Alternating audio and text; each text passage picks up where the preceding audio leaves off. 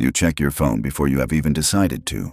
You replay a conversation from 3 days ago, wondering if you said the wrong thing. You soften an opinion before you have even finished forming it, just in case someone disagrees.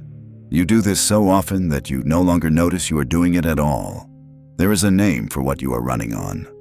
And 500 years ago, a man who watched empires crumble identified it as the single greatest threat to anyone who wants real power over their own life.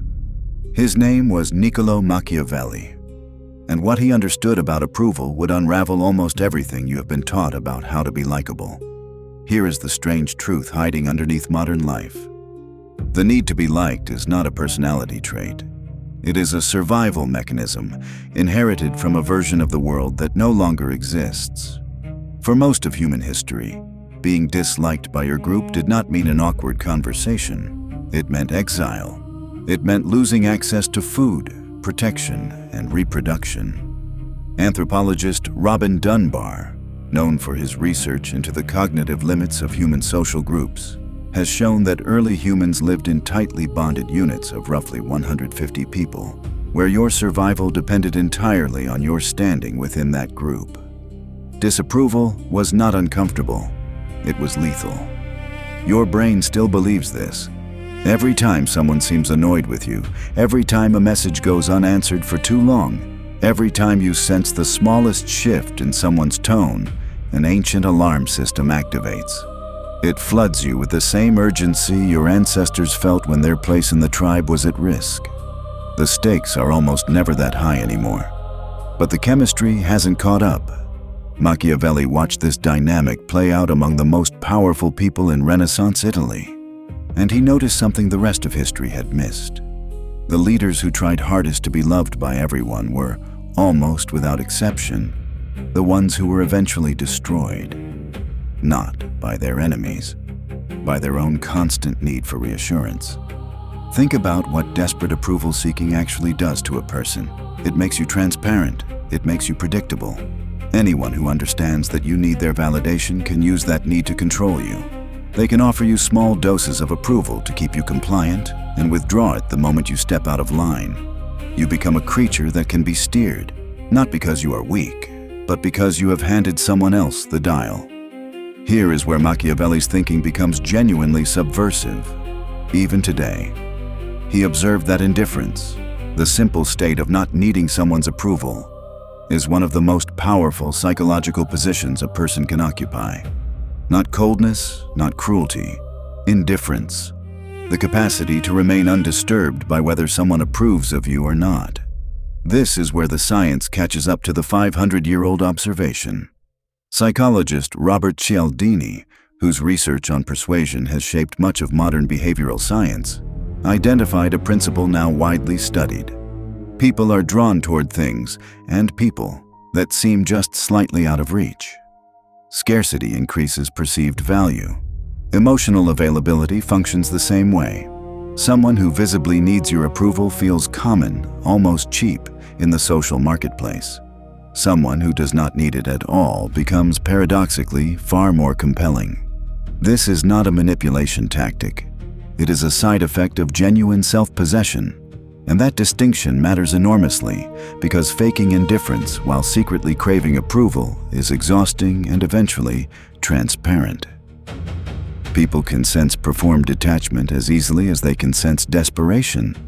What Machiavelli is describing, and what modern psychology confirms, is something deeper, an internal shift. Not pretending you don't care, actually building a foundation so solid that you don't have to. So how does a person actually get there? Machiavelli's writings, despite their reputation for ruthlessness, offer something closer to a discipline than a trick. The first principle is recognizing the difference between respect and approval. These feel similar, but they function entirely differently. Approval is fragile. It shifts with someone's mood, their needs, their own insecurities on any given day. Respect, by contrast, tends to be earned through consistency and competence, and once earned, it is far more stable. Machiavelli observed that rulers who chased approval were forced to constantly adjust their behavior to match the crowd's shifting temperature. Rulers who built respect through reliable action did not need to. People stopped checking how they felt about them because the answer never changed. The second principle is understanding that your value does not increase by accommodating others, and it does not decrease by disappointing them. This single reframe dismantles most of the anxiety that drives approval-seeking behavior. Historian and Machiavelli scholar Maurizio Viroli, who has spent decades studying the philosopher's actual intentions rather than his caricature, points out that Machiavelli's core argument was never about cruelty. It was about clarity. A person who is clear about their own values does not experience disagreement as a threat. They experience it as simply someone else's opinion, occupying space that does not belong to them. The third principle, and perhaps the most uncomfortable one, is learning to sit inside disapproval without immediately trying to fix it. Most people cannot tolerate even a few seconds of someone being upset with them. They will apologize for things they didn't do, agree with positions they don't hold, abandon plans they actually wanted, all to make that uncomfortable feeling disappear as quickly as possible. Machiavelli's observation, confirmed centuries later by research from psychologist Susan David on emotional agility, is that the ability to tolerate discomfort without immediately discharging it through compliance is one of the strongest predictors of long-term psychological resilience. The people who can sit with someone's disappointment without rushing to fix it are the people who stop being controlled by it. What does this actually look like in your life? It looks like not responding to a message the second it arrives, simply because you can, not because you are punishing anyone. It looks like stating an opinion once, clearly, and then letting it exist without defending it from every possible objection. It looks like noticing the urge to over-explain yourself and choosing silence instead, because explanation is often just approval-seeking, wearing a more sophisticated outfit. It does not mean becoming cold. Machiavelli was explicit about this, even if his critics rarely acknowledge it. He warned that a leader who is feared and disconnected from any human warmth eventually becomes hated, and hatred is corrosive in a way that simple disapproval never is. The goal was never to stop caring about people. It was to stop needing them to validate you in order to feel stable. There is a particular kind of freedom that opens up once you internalize this.